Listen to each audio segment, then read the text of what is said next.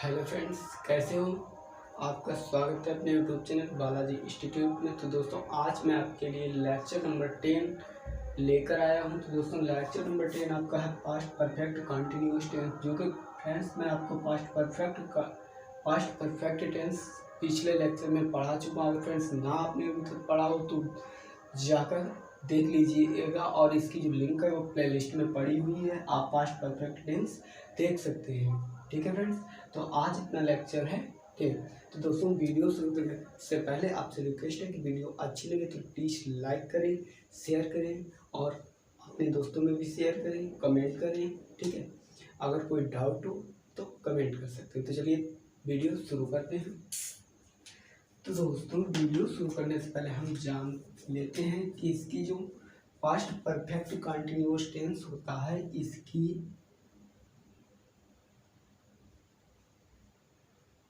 पहचान क्या होती है, यानी इसे इस टेंस को हम पहचानते कैसे हैं। यानी तो देखिए,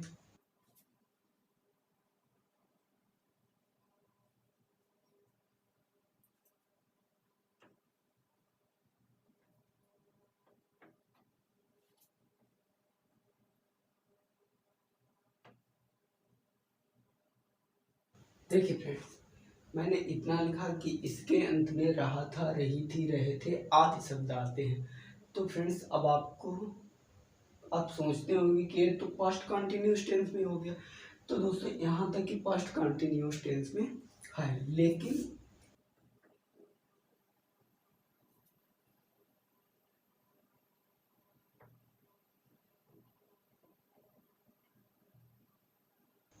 लेकिन फ्रेंड्स क्या होता है कि इसमें समय भी दिया जाता है। ठीक है, तो इतना समझ में आया कि इसमें टाइम दिया होगा और बाकी के अंत में रहा था, रही थी, रहे थे सब दिए होंगे। तो इसके बाद हम लेते हैं कि सहायक क्रिया, यानी इसमें हम सहायक क्रिया क्या लिखेंगे।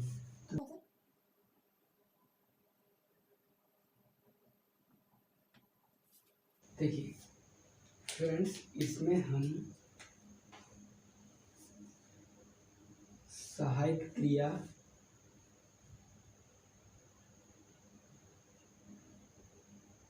हैड बीन का प्रयोग करते हैं, और ये हैड बीन का प्रयोग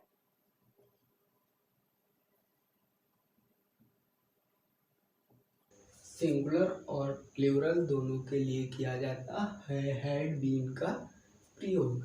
ठीक है, इसके बाद हम देखते हैं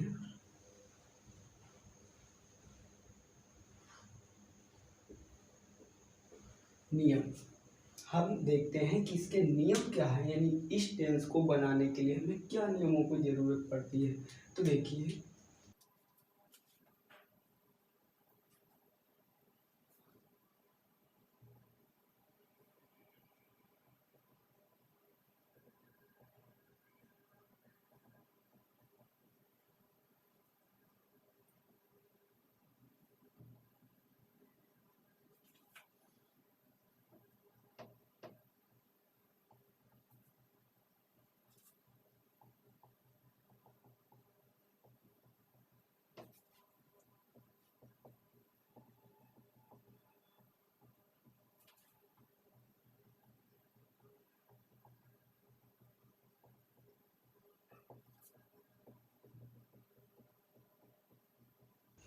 अब देखिए फ्रेंड्स, क्या लिखा है कि इसमें क्रिया की पहली अवस्था में आईएनजी लगाते हैं।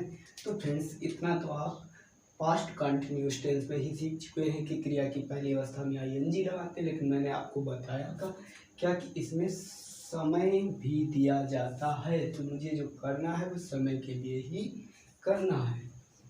अब क्या कि इसमें क्रिया की, ठीक है, अब देखिए, निश्चित समय के लिए सिंस, क्या जो हमारा निश्चित टाइम होता है का है, उसके लिए हम सिंस का प्रयोग करते हैं, और अनिश्चित समय के लिए फॉर का प्रयोग करते हैं।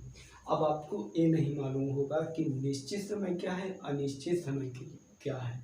ठीक है, तो देखिए, निश्चित समय में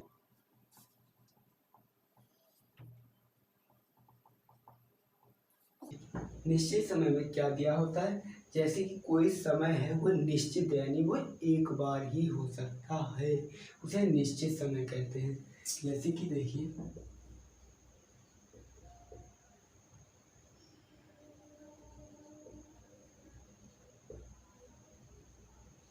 एनी डे, यानी कोई दिन का नहीं, ठीक है। और कोई आपको सन दे रखी होगी, जैसे कि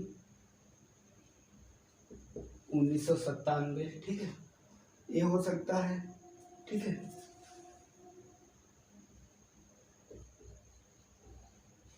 मंथ्स यानी महीनों का नाम, ठीक है।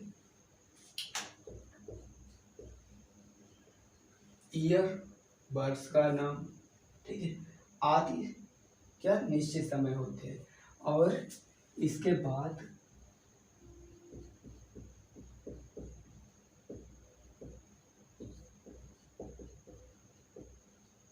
अनिश्चित समय क्या होता है,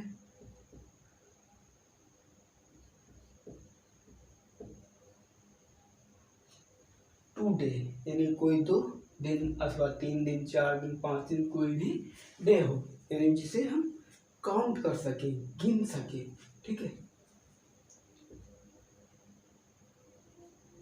ठीक है। कोई भी समय हो आदि, इन्हें हम अनिश्चित समय बोल सकते हैं। तो आप इतना नोट कर लीजिए। इसके बाद मैं आपको इसका स्ट्रक्चर बताता हूँ। ये जो मैंने आपको बताया है वो आपको मैंने अफर्मेटिव बताया। क्या अफर्मेटिव, इसके बाद मैं आपको निगेटिव बताऊंगा, इंट्रोगेटिव बताऊंगा और उस सेकेंड इंट्रोगेटिव भी बता दूंगा, ठीक है। जल्दी से इसे नोट कर लीजिए, आगे बढ़ते हैं। तो इसे मैं इरेज किए देता हूँ।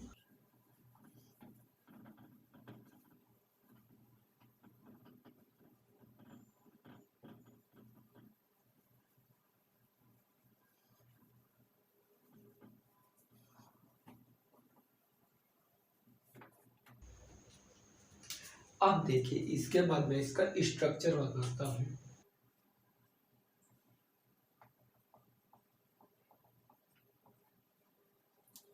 तो फ्रेंड्स क्या करते हैं, इसमें हम सबसे पहले सब्जेक्ट लिखते हैं, उसके बाद सहायक क्रिया हैड बीन, फिर फर्स्ट फॉर्म ऑफ वर्ब, फिर आईएनजी और उसके बाद ऑब्जेक्ट। तो ये हमारा रहा,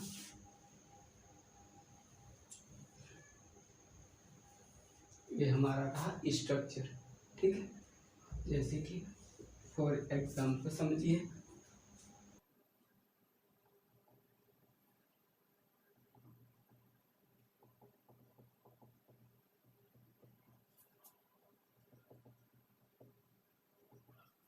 क्या राम 2 दिन से स्कूल जा रहा था। तो कहता है कि सब्जेक्ट, तो सब्जेक्ट हमारे पास है राम, फिर कहता है सहायक क्रिया हैड बीन, फिर कहता है first form of verb, verb है जा, जाना, ठीक है। तो वो उसमें क्या कहता है कि आईएनजी जोड़ दो, फिर ऑब्जेक्ट है हमारा स्कूल। स्ट्रक्चर देखते रहिए। आप देखिए मैंने इसमें क्या गलती की, इसके बाद आता है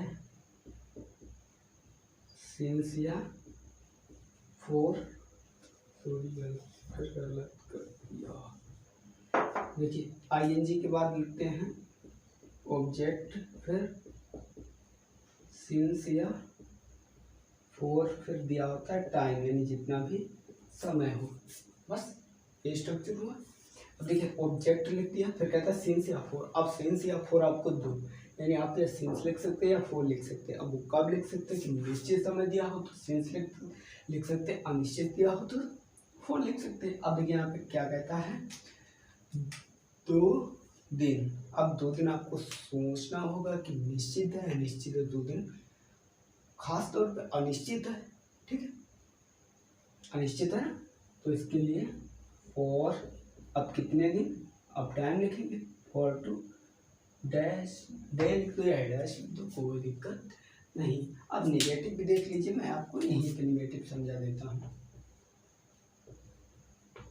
निगेटिव में क्या होता है कि आपको नहीं शब्द दिया होगा। अब नहीं के लिए आपको मालूम होगा, नहीं के लिए नॉट का प्रयोग करते हैं। नॉट का प्रयोग कब करते हैं वो देखिए।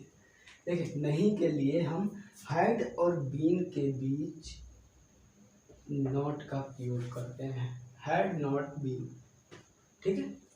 तो वही यहाँ पे हो जाएगा, हैड नॉट बीन, यहाँ पे लिख देंगे। सेंटेंस ऐसा दिया होगा कि राम 2 दिन से स्कूल नहीं जा रहा हो, तो आपको हैड और बीन के बीच नॉट प्रयोग कर देना है। अब मैं आपको बताता हूँ इंट्रोगेटिव, वो देख लीजिए।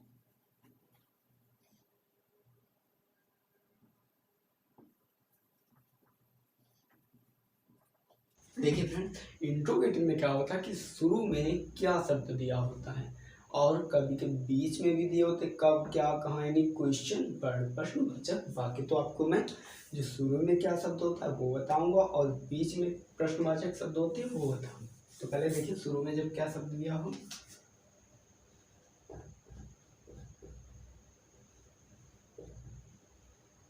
स्ट्रक्चर देखिए। इसमें क्या करते हैं,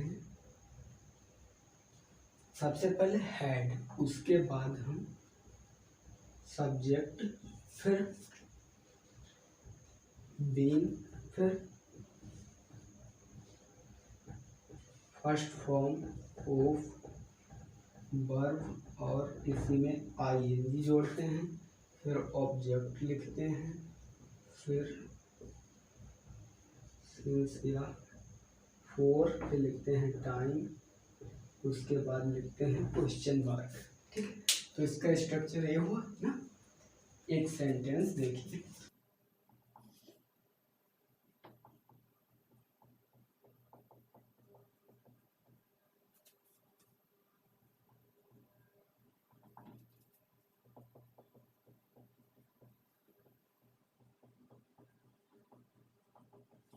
देखिए क्या सोहन सोमवार से पतंग उड़ा रहा था।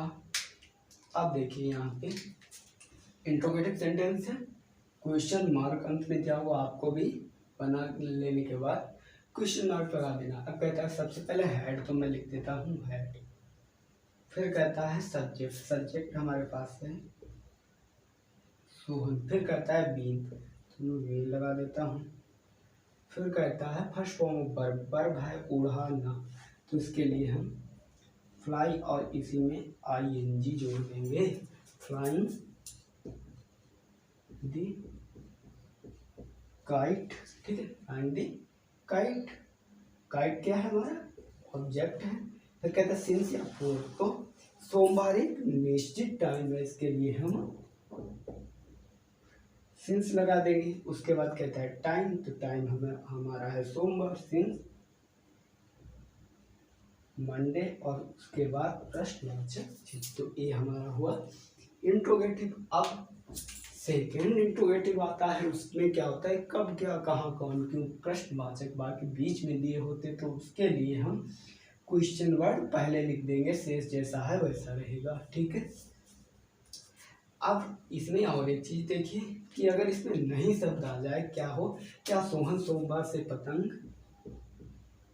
नहीं उड़ा रहा था, तो इसके लिए तो सब्जेक्ट के बाद नोट। एक बात आपको रट लेनी है कि हैड और बीन के बीच ही नोट लगाना है। अब इसमें क्या है, हैड प्लस सब्जेक्ट और उसके बाद नोट, उसके बाद बीन, ठीक। वही यहाँ पे होगा Sohan had Sohan not been, ठीक है। सेकेंड इंट्रोगेटिव में क्या होता है कि क्वेश्चन वर्ड, यानी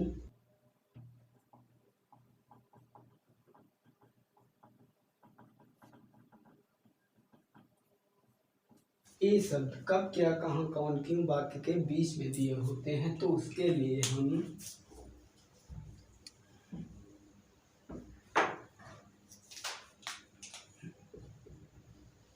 इसके पहले क्वेश्चन वर्ड ऐड कर देंगे, यानी क्वेश्चन वर्ड फिर हैड लिखेंगे, उसके बाद सब्जेक्ट, उसके बाद अगर नहीं है तो नॉट लिख देना, ना है तो नहीं, अगर नहीं है तो नहीं, है तो नॉट, ठीक है। उसके बाद being, first form of verb I N G, object since या for, time plus question mark. इसमें अब क्या होता है कि जो एक क्या शब्द होता है वो बीच में नहीं होता, यानी कब क्या कहाँ कौन क्यों बीच में होते हैं। जैसे सोहन सोमवार से पतंग, यहाँ पे होगा क्यों नहीं उड़ा रहा था, यानी प्रश्न पूछ रहा क्यों नहीं उड़ा रहा था, कुछ रीजन होगा ना। आप देखिए यहाँ पे क्या करते हैं, तो क्योंकि अंग्रेजी हम पहले लिख देंगे, वाई सबसे पहला कहता है क्वेश्चन वर्ड हमारा है क्यों, तो वाई, उसके बाद कहता है हैड, तो हैड, सब्जेक्ट सोहन है सोहन, फिर नहीं है तो नॉट, फिर being, first form of verb fly, I N G जोड़ देंगे flying, the object kite, since या for, so since one day, ठीक है। समझ में आ गया क्वेश्चन, यानी सेकंड ना समझ में आए तो कमेंट कर देना, मैं आपको फिर समझा दूंगा, यानी दूसरा लेक्चर अच्छा सा ले लूँगा, ठीक है। अब मैं आपको 5 सेंटेंस देता हूँ, आप इसे सॉल्व करके कमेंट बॉक्स में दे देना, ठीक है। तो इसे इरेज किए देता हूँ मैं।